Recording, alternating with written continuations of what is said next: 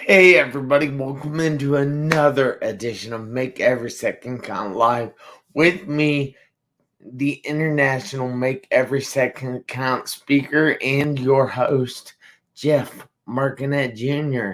Now, I am so excited tonight because I didn't realize I have a Disney princess on my show tonight. It's rather cool, but I ask you if you would please share this episode out.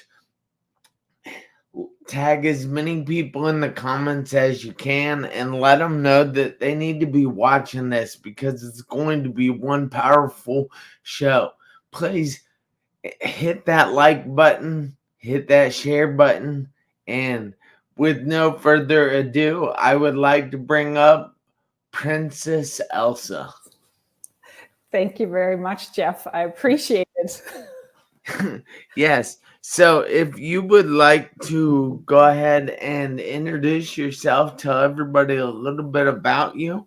I'm going to be inviting a few people on my phone. So Sure. I'm Absolutely. paying attention. I'm just looking down at the moment.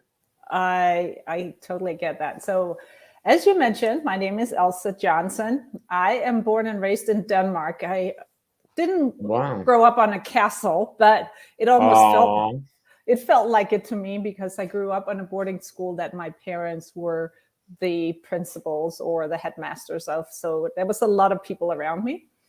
And after growing up in Denmark, I moved to the US when I was late 20s. I met my husband, and he was American, and I moved here, and we have lived a little bit everywhere ever since. In the U.S., Denmark, China, everywhere basically. yeah. Well, that is cool. So first of all, I have to ask, um, where was your favorite place that you lived? It's a really good question, and I get it asked a lot of times. But I have learned in my life, because I have moved so much, that just like my kids, I don't pick favorites. And second of all is, no matter where you live in the world, you have to make home where you live. Because if you don't, you are never really fully present, and you can really miss some beautiful opportunities to connect with some amazing people. Wow, that is so cool. That is great advice. Now, I know a lot of people talk about I need to move away, I need to start over. These problems just seem to keep coming here. How would you explain? I, all right, so I tell people all the time that you can move as many times as you want to. But if those problems are still there, they're still going to affect you anywhere. So you can't run from your problems. So I would guess you didn't. I don't know what I was going to ask with that now, but oh well. So I It, get. I guess, did any of your issues or anything follow you from one place to the other? oh, absolutely. It's like I told always tell my clients, the ghosts and the demons, they are loaded onto the moving truck. They don't just stay behind. They move with you constantly until you are actually willing to face them. Because you can, I know a lot of people, I'm sure you've heard the saying too, right? Fake it till you make it. The problem with when you move to a new place and you think you can take on this other personality or be a completely different person, it only lasts for so long, and you can't keep outrunning it. You Sooner or later you will have to face it. Yeah. That's great advice. I'm sorry that question just popped into my head and I was like, well, I'm going to ask her this. She's lived all over the place, so but I personally know from going through everything I've gone through with my car wreck, being in the hospital 3.5 months, in a coma for 2.5 months. I was told I wouldn't walk again, but I do now, and I know that there are things in people's lives that they have to grow through. Now, I don't just say go through, because I think there are lessons that need to be learned in order to get past that obstacle. But has there been anything you have had to grow through in your life? There's been many lessons, but I think the one thing that has always sort of followed me around is I had to, it's not something you outgrow, but I am dyslexic. And it's not like it's huge, but for me, growing up in Denmark, it was, I always felt like the stupid kid in class. I always felt like I didn't know what I was talking about. And I was it sort of hit me hard because, as I shared earlier, my parents were teachers. They were principals of a boarding school. And I did my darndest to try to hide the fact that I couldn't spell for the life of me. And it is something that, this was in Danish. When I started learning English, I had started learning coping mechanisms, so I could start already then. So I'm actually not as affected of it in English as I am in Danish if I write something in Danish. But in my entire professional life, what happens is every time I write something, I write it over 100 times. Thank you notes. It takes me forever because I want to write it, and then I rewrite it, and then I try to write it on the new card, and then I mess it up and it goes in the garbage, back and forth. But in that, it has also supported me in what I do today, understanding the importance of communication, understanding the importance of truly understanding what somebody else is saying. So there's never just a bad side to something. It always turns out that there are gifts behind it. Yes, I always say that you can find a gift or a lesson in everything. That everything that you go through is meant to teach you something, to help you grow and you progress in life. Yeah. And I also think that even if we can't immediately see that, it is also affecting everybody around us, and they can get inspired, just as I'm sure you have inspired so many people. And that in itself can very much feel like a gift. Yeah, that's so true. So, what was the hardest thing about dealing with your dyslexia? I think it's, as you grow up, feeling like everybody else is smarter than you. And it very quickly turns into self-worth issues. It turns into, when I had my own business, an imposter syndrome, feeling like you can never measure up to other people. It turns into constant insecurity about, am I doing things right? You work so hard to make up for where you think you are not measuring up, and you work so hard to not letting on to other people that you're struggling.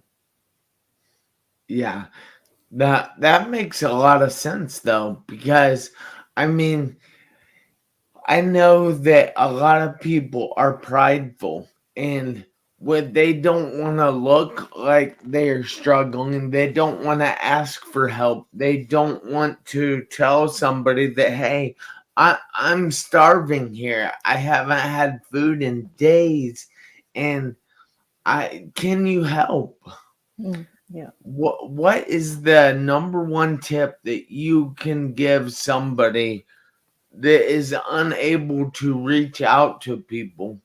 What is something that you can tell them to help them grow and know that they really can reach out to other people? They shouldn't be so prideful. I think the first thing I wanted to tell people is if your very best friend was in the situation that you are in right now, what would you do if you knew? Wow.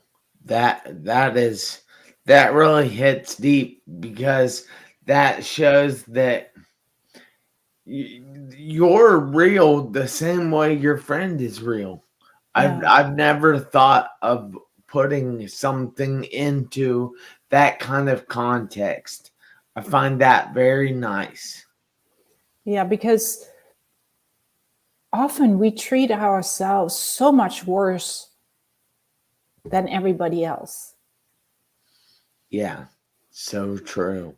I definitely appreciate you telling us a little of your knowledge there. I appreciate that.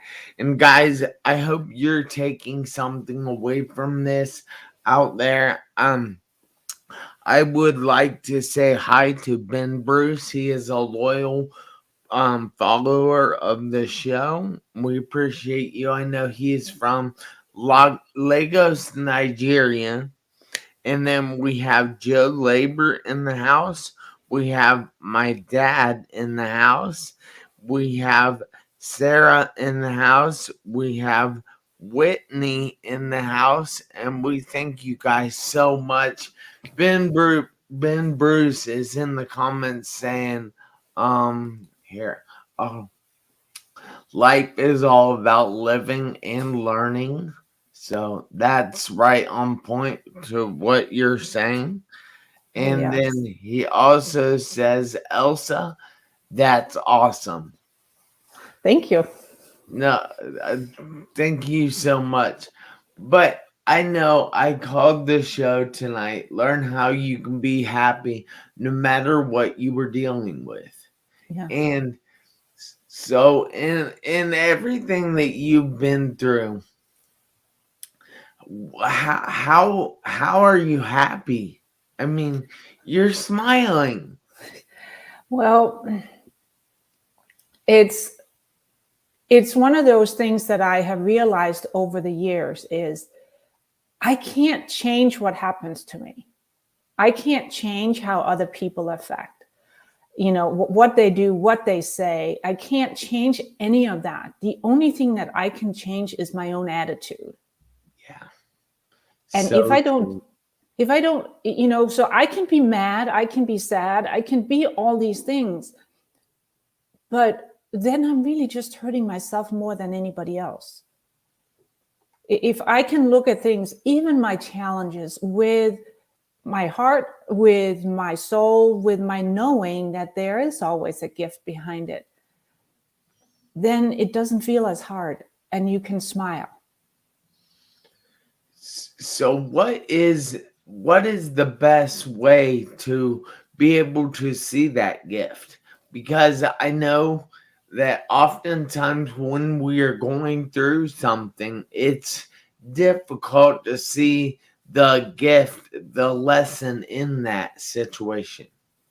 First, it becomes a matter of truly believing that there is nothing there is good, 100% good or 100% bad. But what is the point? The point is that it is what you make it. You have the power to think, oh, this is terrible, right? If somebody loses their job and they say, oh, this is the worst thing ever happened to me, that may be true. In the moment, that feels like the worst thing. But what opportunities are there behind it? Can I find a new career? Can I find a new passion? Can I find something about this that gives me an opportunity to reevaluate my life and move forward in a much more productive way for myself? If you get, when you had your car accident, that there's nobody on earth that would say this is not a terrible thing to happen. But now you can sit here and you make connections and you support people and you are spreading a word of possibility and hope. And what's more beautiful than that? Thank you. I appreciate that. That's something that touches my heart, when people say things like that. But I see what you're saying, because that was a terrible time in my life. But looking back now, I wouldn't change anything, because what happened at that time made me who I am today. It took a lot of things away, don't get me wrong, but those things were needing to go away at that point Yeah. anyways. I mean, even if they didn't have to go away right then, they were going to have to go away in the future. Yeah. And that it sped up everything. It sped all that up. But I don't know. I'm happy that I was in my car accident. And that sounds weird to say. No, I don't think so. It's also because you have nothing else to compare it to today, right? You don't have an alternative to look and say, this would have happened if I didn't do that. You might have lived a life where you felt much less significant in your life. Yeah, it's so true. So I have a group on Facebook that is called the Make Every Second Count Mission.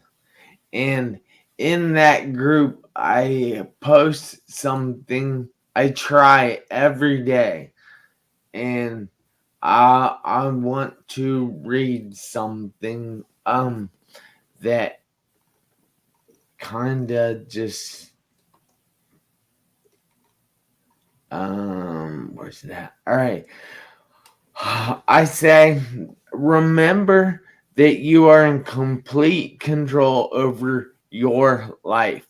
And that means you are also in control of your own happiness. So stop relying on other people to make you happy. Take some responsibility and do it for yourself. I believe in you.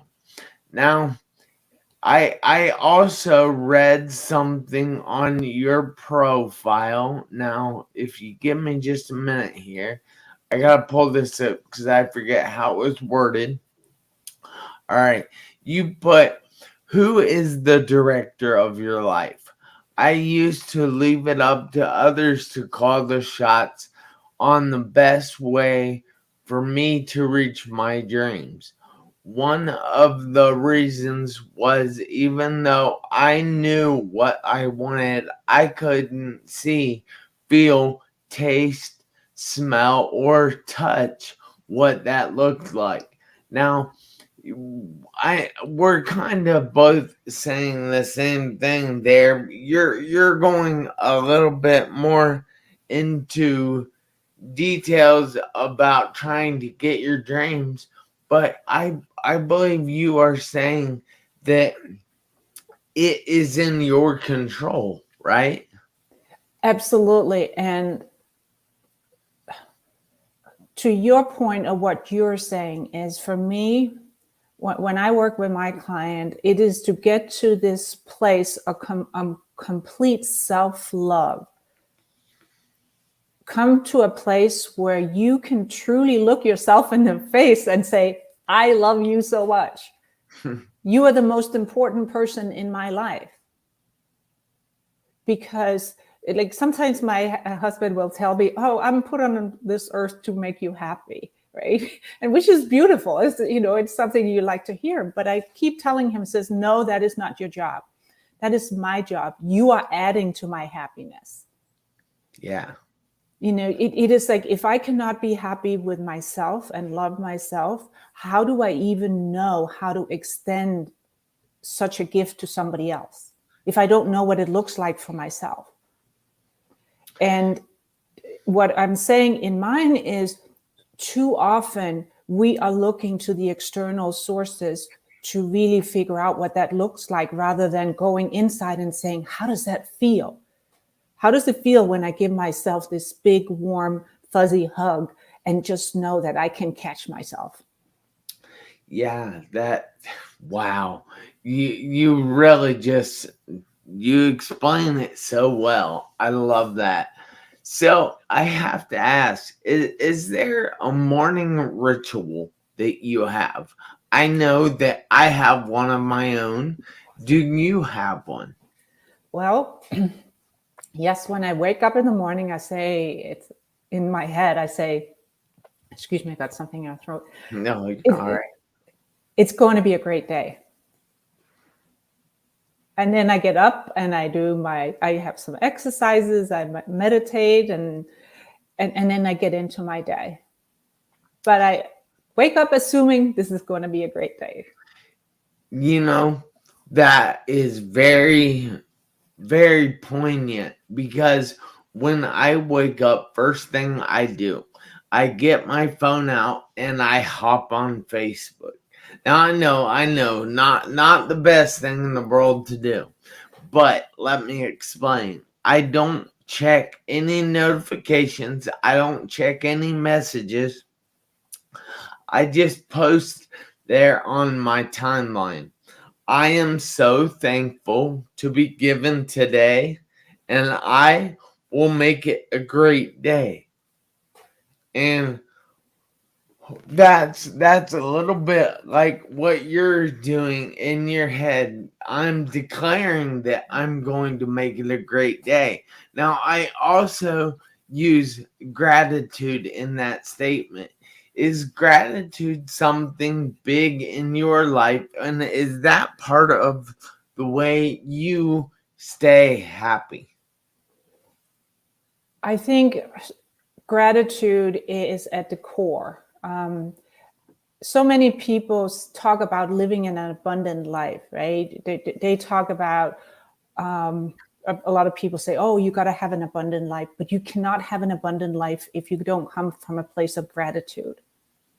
Because abundance is not about money. Abundance is about everything there's provided to you in your entire life. And it's also about being abundant in giving away.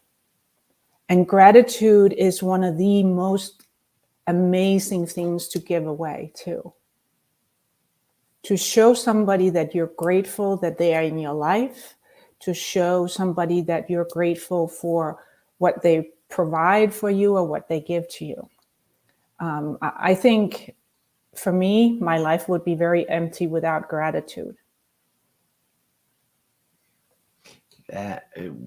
Wow, I absolutely love hearing that, because that is something I talk about a lot, especially in my talks, but also just something I use a lot in my life. And I remind people of, hey, you this might not be the optimum situation that you are in right now, but look at what you have.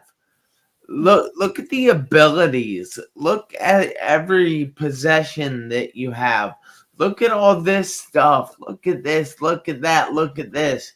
And I find that to be a way for people to find happiness. Yeah. If there's any gift that I would look back to my parents, especially my dad, is from a very young age to be told it doesn't cost you anything to say a please or a thank you. And it's as simple as the clerk at the grocery store, or somebody may hold the door for you. And that's just the small pieces of getting used to, expressing that gratitude. Because you never know what that other person is going through. And this might be the only friendly interaction that person has that day. Yeah, that might be the only time in their life they get to meet a princess too. Yes. Princess Elsa. I love I'm that. gonna have to tell my nieces that I was on a show tonight with Princess Elsa. Yeah. They'll get all excited, and then I'll be like, "Oh, I'm sorry, it's not really her." But Yeah. So I get to bring them up and then break their hearts. Oh, well, it's they are princesses in themselves, I'm sure. Yes, So they are. Definitely are. I Ben Bruce just said in the comments that it doesn't cost anything to say please and thank you. So he's showing you that he took that away from what you just said, and we appreciate you, Ben Bruce. Hope you're having a great night over there in Nigeria, and I'm sure we will talk soon. But I have to ask Elsa, do you have any contact information or anything else you would like to give to people? yes, my contact information is, they can find me on Facebook. I'm under Else Johnson. And I also am on LinkedIn, Else Johnson Coaching. What they can do is, I actually have an assessment. The way I work with people is I help them identify where in their lives they're constantly going against themselves. So as I mentioned before with my dyslexia, right, for me, it turned into being a pleaser and also an avoider of things. I avoided conflict. I avoided showing people who I really was, so many things. And a lot of times those things come from our strengths. So I have an assessment that people can take for free if they're on, and I can provide you the link to that. You can put that in the show notes, and they can get that assessment and start looking and saying, where in my life can I maybe look at some things that can help me live more fully and fall a little bit more in love with myself. Yeah, that is awesome. That is so rewarding if people can truly love themselves, because if we love ourselves, it's going to be much easier to spread that love to other people, to other areas of our lives. Yes, it definitely is. Yeah, so I thank you, Elsa, so much for coming out and spending this half hour with me, my friends, and my family, all on the Make Every Second Count live show. But I need everybody out there, including you, Elsa, to do me a favor this week, next week, and for the rest of your life. I need you to make every second count. Why?